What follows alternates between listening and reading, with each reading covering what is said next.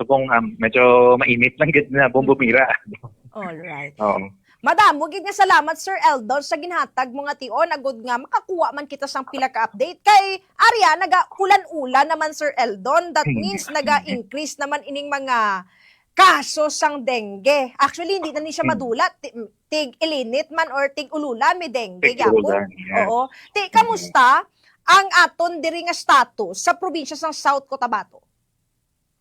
Well, sa data nga na collect ang aton nga Provincial Epidemiology and Surveillance Unit, sa Morbidity Week 24, nag-cover ini siya sang semana nga from June 14 hasta June 20, 2026, no? Kasi nga semana may na amon ang latest nga surveillance bulletin nga may ara kita nga kapot sa subong Bombomira. No? So 218 kabag-ong dengue cases sa bukos nga probinsya ng South Cotabato ang record o na report sa ato nga Provincial Epidemiology and Surveillance Unit. Mas mataas din na siya sang mga 76% compared sa agi nga semana sina. So kung itanawon naman naton halin sang January hasta sa June 20, 2026, may ara na kita sang total nga 1,995 dengue cases. While mas baba na siya kumpara sa niagi nga tuig, same period last year by 19, almost 20%, mas nubok siya. Pero kung tanawon natin ang recent nga increase ng kada semana, so nag-remind ina sa aton no, nga ang dengue padayon nga nagiging threat siya, serious public health threat. Alright. So, it's quite alarming yapon ang numero, Sir Eldon. So, pero ano ang mga lugar diri sa aton nga probinsya ang may pinakamataas nga kaso?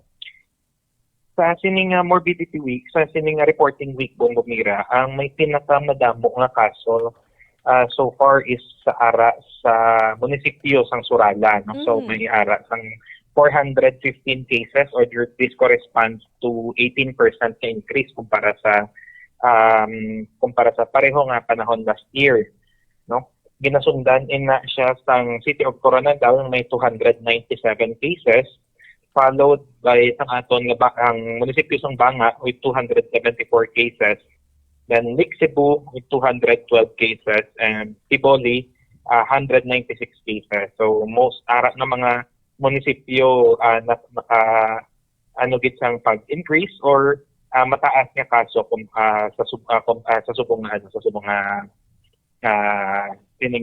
reporting. Okay. So as of June 29, 2026, Sir Eldon, mahanay mo bala sa amon ang numero sang hotspot nga mga lugar diri sa area sa South Cotabato nga may pinakamadap ng hotspot sang dengue, Sir Eldon? So as of June 20, amo pa minay ang latest naton nga data Bombomira as of June 20, 2026. No, so kung maghambal kita sang hotspots sang dengue hotspot barangay, so ara siya ang aton nga definition sina may clustering sang cases nga nag-increase ang number sa duha kasi magkasunod nga semana. No, so madamo kita sa mga barangay, halos kada munisipyo naton may ara sa mga dengue hotspots, no. So sa munisipyo sang Banga ang barangay 5 Punong Grande, Cagreas, so binakonsider na nga may ara sa mga hotspots, no. Sa City of Coronadal, no, ang barangay San Roque, sa Lake Cebu, barangay Halilan, barangay Lake Lahit, Lamcate, Lamdahak, barangay Poblasyon. Norala, barangay Esperanza, sa Polomolok sa Poblasyon, sa Santo Niño, may ara man kita hotspot barangay sa barangay San Isidro.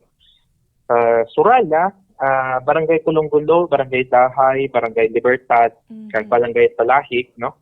May ara man may mga hotspot barangays man sila.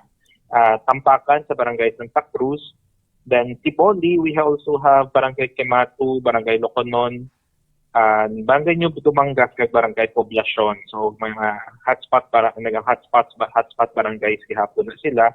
And lastly, for municipality of Tupi, barangay Poblasyon kag barangay Polonoling. So considered na po natin sila nga mga hotspot barangay. Alright. So medyo madamo-damo gid sa Banwas ang Suralas, South Cotabato, Sir Eldon. O kag sila ang nagapanguna subong sa listahan as of base man sa inyo nga monitoring. Pero may I know, Sir Eldon, ano nga mga pang-idaron ang usually nga maka-acquire sa nasambit nga balatian kag ano nga mga gender ini, Sir Eldon? Mostly ara gihapon sa aton nga mga children.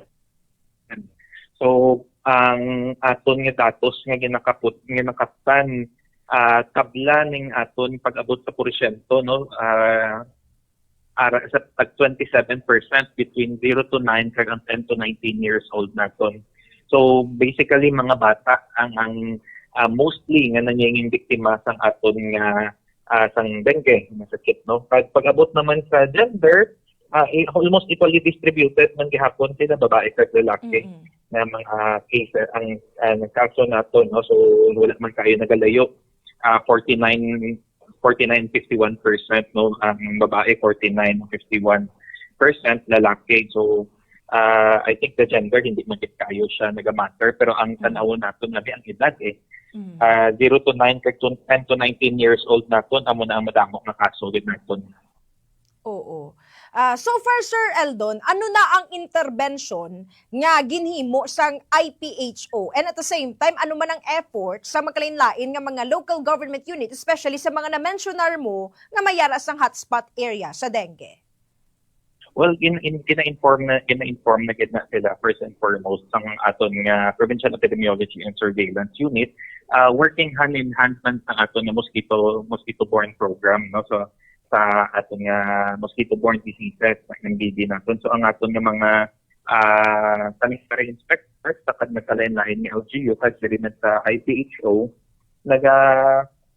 na-inform naman sang aton nga surveillance unit with regard sa ilang mga kaso. And that recently, actually in some of the municipalities diri sa probinsya sang South Cotabato, nag-celebrate man ang ASEAN Dengue Day sa Surala kag World Dengue Day celebration, no. So nagahatag kita sang padayon information sa community, hambalan naton, gina-inform naton ang community kung paano no matikawan ang dengue, kung ano mga dapat naton obrahon to prevent dengue, no. Kay syempre ara gihapon gid nang ginahambal bala naton mo nga prevention is always better than cure. Kung wala man gid na nagabag-o nga aton nga panawagan nga mas mayo gid ang prevention gid kaysa sa na-cure ang aton nga pangitaon, no? So on the part of the IPHO, padayon man ang aton nga information dissemination, kag nagapanaog man ang aton nga team from the Mosquito-Borne Diseases Program, kag padayon man nga gina-capacitate man ang aton nga mga sanitary inspectors sa aton nga mga local government units. So it's good to hear about that, Sir Eldon. Pero sa mga nagapamangkot naton nga mga kabombo, may ara bala sang direkta nga mga malaktan dayon in case nga may mga symptoms nga magmanifest sa kada individual, like may mga fast lane bala kita diri regarding sining mga dengue, Sir Eldon? Kung may arat nag-declare kita sang outbreak nga napa-activate ang ato nga dengue fast lane bombomira, but I think spread na ito siya sang DOH ang bombo fast lane naton, pero open ang aton yung mga hospitals as mentioned. Kung the moment na may arat kita sa mga sintomas nga ginabatsak or may makitaan naton sintomas, pa-check up na kita dayon, prevention ang aton nga ginalagat kay hindi naton gusto nga mag-abot sa into severe dengue kag maging it's too late na kumbaga nga mga mag-resulta na sa kamatayon sa isa ka individual. All right, Sir Eldon, advisable pa ba? Ari gusto ko man i-clear ni sa inyo kag sa mga health authorities naton. Advisable pa ba ang fogging? Ang fogging bombomira gina-advise naton kung diri na gid sila sa mga outbreak barangays or may mga clustering barangays or parang mga areas naton, no. Pero mas effective gihapon ang aton nga 40s kag amo na ang pinakahapos kag cost effective ang ginatawag naton nga 40 kontra dengue na taob, taktak, tuyo kag takip. So taob as ang nang hambal mo gani kay nabalik na ron naton ang mga pwede ng mga empty containers na pwede mag-collect ang pregnant na tubig or water. No, tap, i-shake out naton or remove naton ang tubig sa mga flower pots or even na mga pots kung ganit naton nga nakatiwangwang nga wala man sang tanom, pwede gihapon na siya maisaran. No, so pwede naton na itap-tap. Also tuyo, i-dry naton ang aton mga water containers kay ang lamok naton subong daw naga-evolve man ba na napusgan man ganit ang bumira kay bisan moist lang nga ginagmay kaya nila mangitlog dira or bisan ganit basa lang nga ng mga basa lang ng mga tawag siya ng mga basahan or even sa clothes sa bayo naton nga nang nakahalay kang permi mabasa lang or mga ano po pwede na sila kaya na nila mangitlog dira nga area. Hindi kailangan din damo-damo ang tubig. So bisan gamay lang ang tubig kaya na kinapangitlogan sa ato nga dengue causing mosquitoes. Kag lastly, takip or i-cover naton ang mga water containers para ma-prevent man naton ang mga lamok na mangitlog na mag-breed sa sini nga mga containers or sa sini nga mga tires, no? Pwede nato na sila pang i-check na kung may arak kita sa mga nakatiwangwang sa aton nga panimalay or sa aton nga community, no? Ang pag-ubra naton sining 40 ning taob, taktak, tuyo, pagtakip, isa ka pinaka cost effective. No, wala kita sang kailangan niya damo nga resources or financial nga resources nga kailangan ipagawa para maubra ini, no. Kada adlaw ibisan may ara lang kita 10 minutes maubra naton ini matapos naton ini. All right. Pero ari Sir Eldon, for the last question antes nga mag-proceed kita sa imo nga parting statement. So, ano ang mga criteria o kung mga patimaan nga kinahanglan na mag-declare sang emergency, ano tawag sini like health Outbreak. emergency. Yes, Sir Eldon, ang isa ka probinsya? Actually ara sa LGUs naton ang capacity to declare an outbreak mo bumira, no. So on the end parehaman sa kung makita na ng LGU naton nga daw spiraling out of control na ang isa ka balatian, so pwede sila mag-declare na outbreak, no, sa ila or sa isa ka barangay na kung daw hindi na gid makontrol. And I think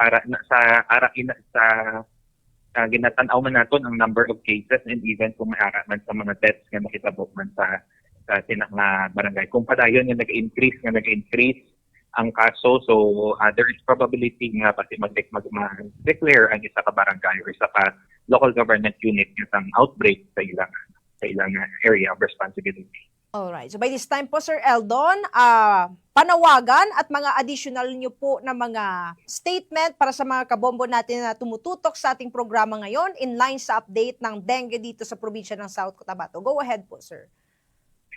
Thank you, Bombo Mira. So ang Provincial Health Office nagpanawagan sa tanan, no, na mag-actively practice sa aton 40 kontra dengue strategy. Kaliwat, taob, taktak, tuyo, kag sakit. No, gina-encourage man naton ang tanan nga to observe the 4 o'clock habit, no, kada adlaw alas 4 sang hapon, take just 10 minutes. I-inspect naton, panawon naton ang aton nga panimalay, ang aton nga workplace, ang aton nga palibot, no, pangitaon naton to mga pwede nga pangitlugan sang lamok, ma-eliminate naton to mga breeding sites nga to by sa aton nga paglimpyo or sa aton nga pag-practice sang 40 kontra dengue. Tandaan naton, ang dengue prevention nag-uumpisa sa kada isa sa aton, no. A few minutes of cleaning every day, no, can save lives and protect our families, our workplaces, and our communities. Lastly, kung may ara man kita sa kakilala or kita mismo or ang aton nga family member nag-develop na sang rash, sang fever, or lagnat nga nagasobra na sang duha kaadlaw, no, especially kung accompanied or may kaupod ining severe headache, magapanakit ang lawas, may mga rashes or nagasuka. So ang advice din naton sina mag-seek medical consultation immediately, no. Early diagnosis and treatment can prevent severe complications. So ororupod kita, work together in keeping South Cotabato safe from dengue. Sa liwat, practice naton ang 40 kontra dengue and observe the 4 o'clock habit and make dengue prevention part sa aton nga daily routine.